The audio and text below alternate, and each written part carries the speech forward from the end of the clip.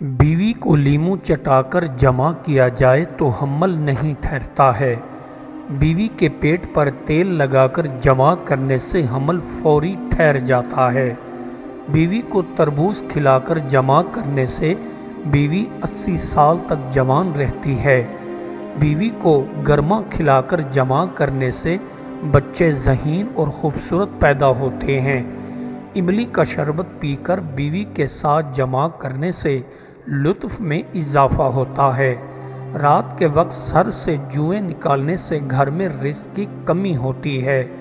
جس گھر میں چوہے زیادہ ہوں اس گھر میں نحوست چھائی رہتی ہے۔ نہانے کے دوران بدن پر تیل لگانے سے بدن کبھی ڈھلتا نہیں ہے۔ جس گھر میں لیموں کا پودا ہوتا ہے ایسے گھر میں سانپ اور موذی جانور نہیں آتے ہیں۔ 3 گلاس پانی پی کر سو جانے سے انسان کے اندر نئی طاقت ابھر آتی ہے۔ ہچکی نہ رک رہی ہو تو تھوڑی چینی میں تھوڑا نمک ملا کر کھا لو، ہچکی فوراً رک جائے گی۔ کسی کے پاس جانے سے قبل بدن پر چنبیلی کی خوشبو لگا لو، دوسرا بندہ متاثر ہو جائے گا۔ کالا نمک چاٹ کر بیوی کے پاس جانے سے مرد کی ٹائمنگ بڑھ جایا کرتی ہے۔ روٹی کھانے کے دوران ہچکی لگ جائے تو سمجھ جاؤ رزق جلد بڑھنے والا ہے۔ مردانہ طاقت کو بڑھانا ہے تو ہر 3 دن بعد زیر ناف بال صاف کر لیا کرو۔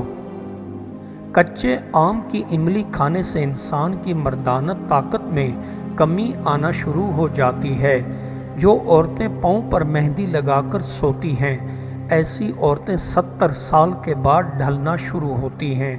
جو مرد حضرات سر پر لال مہندی لگائیں پھرتے ہیں ایسے لوگوں کا دماغ کمزور نہیں ہوتا ہے۔ جو لوگ پاؤں پر مہندی لگانے کے عادی ہوتے ہیں ایسے لوگ خوش قسمت ہوتے ہیں۔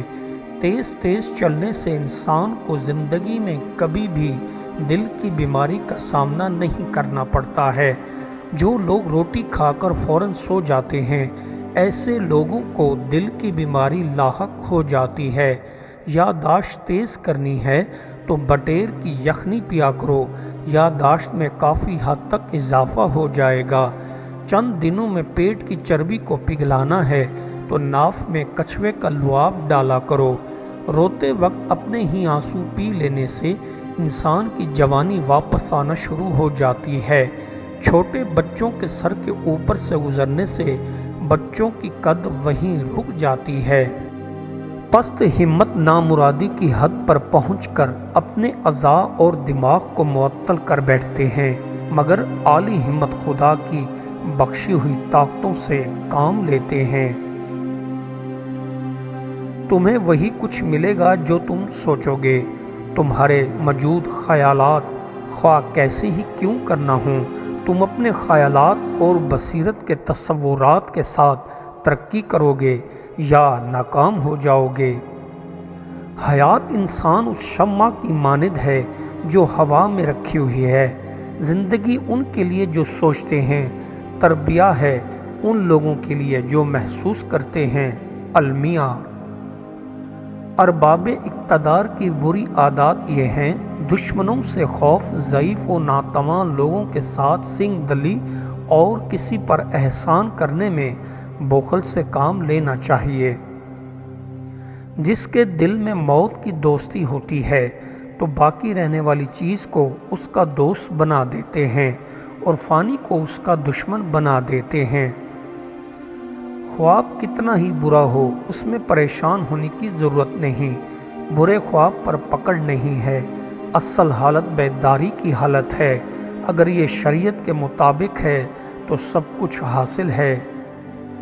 خوش آمدی لوگوں سے بہتر ہے وہ انسان جو تجھے تیرے عیوب سے آگاہ کر دے۔ اگر دنیا میں عزت چاہتے ہو تو اپنے پست خیالوں سے نجات حاصل کر لو۔ ایک دوسرے سے حسد بھی نہ کرنا کہ کفر کی اصل حسد ہی ہے، اور خبردار کسی مظلوم مسلمان کے خلاف کسی کی امداد نہ کرنا کہ وہ بد دعا کر دے گا تو اس کی دعا قبول ہو جائے گی۔ علم بہت ہیں اور انسانی عمر تھوڑی ہے، اس لیے تمام علوم کا سیکھنا انسان پر فرض نہیں۔ اس حد تک ضرورت ہے جس سے عمل درست ہو جائیں۔ انسان کے بیشتر اعمال خواہ وہ نیکیاں ہی کیوں نہ ہوں کا سر چشمہ ذاتی مفاد ہوتا ہے، اس لیے انسان کی بڑی سے بڑی نیکی بھی خود غرضی سے خالی نہیں ہوتی۔ اہل کفر کے علاوہ کسی کے ساتھ تند روئی نہ کرو ورنہ جاہل کہلائے جاؤ گے۔ اگر تین چیزیں نہ ہوتی تو ابن آدم کسی کے سامنے نہ جھکتا: فقر و احتیاج، بیماری اور موت۔ شیر کتے کا بچا ہوا نہیں کھاتا، اگرچہ بھوک سے غار کے اندر مر جائے۔ بے چارگی اور بھوک پر راضی ہو جا اور کمینے کے سامنے اپنے ہاتھ نہ پھیلا۔ جن لوگوں نے اپنی زندگی میں اللہ کو یاد رکھا، لوگوں نے ان کی زندگی کے بعد ہمیشہ ان کو یاد رکھا اور اس کی بخشش کے لیے دعا کی۔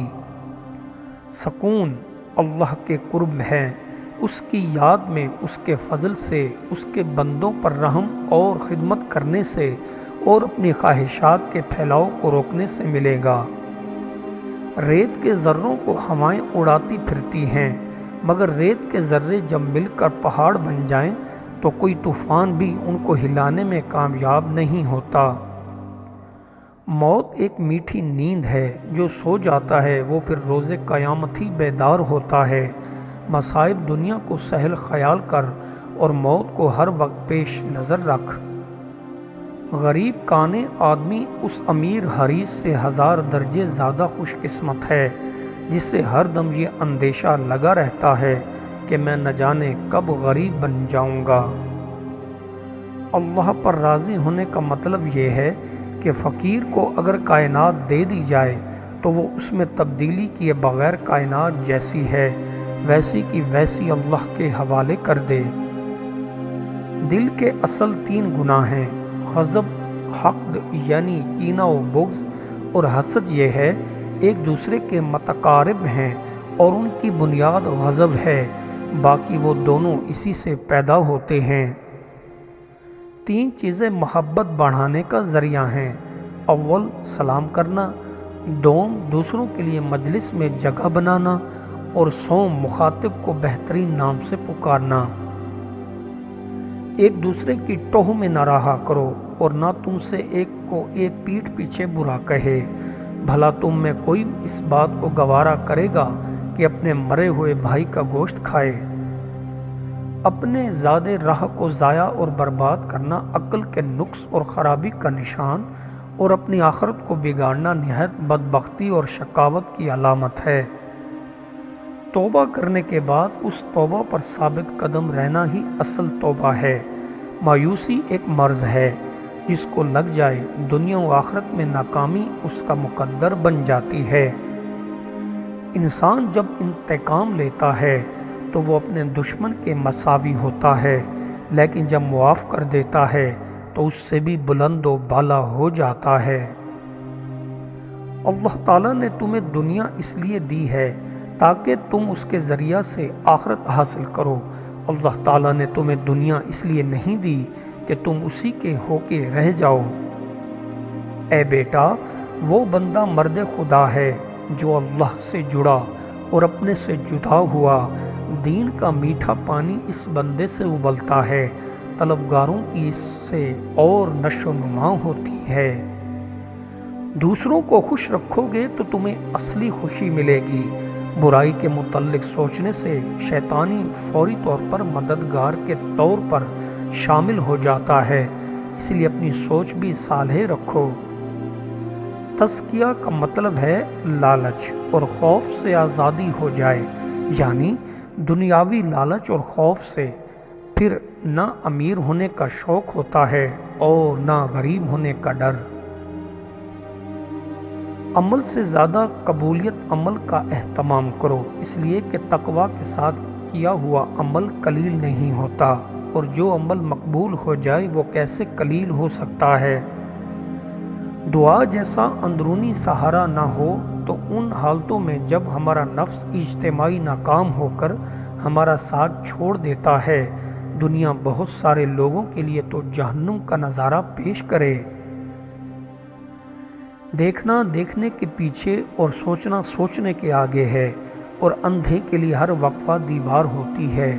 چراغ تب تک چراغ ہے جب تک سیاہ رات ہے۔ پسند کی عورت سے شادی کرنی ہے تو اس کی کرسی کے نیچے یہ تعویذ رکھ دو، جیسے ہی کرسی پر بیٹھے گی تم سے شادی کے لیے ہاں بول دے گی۔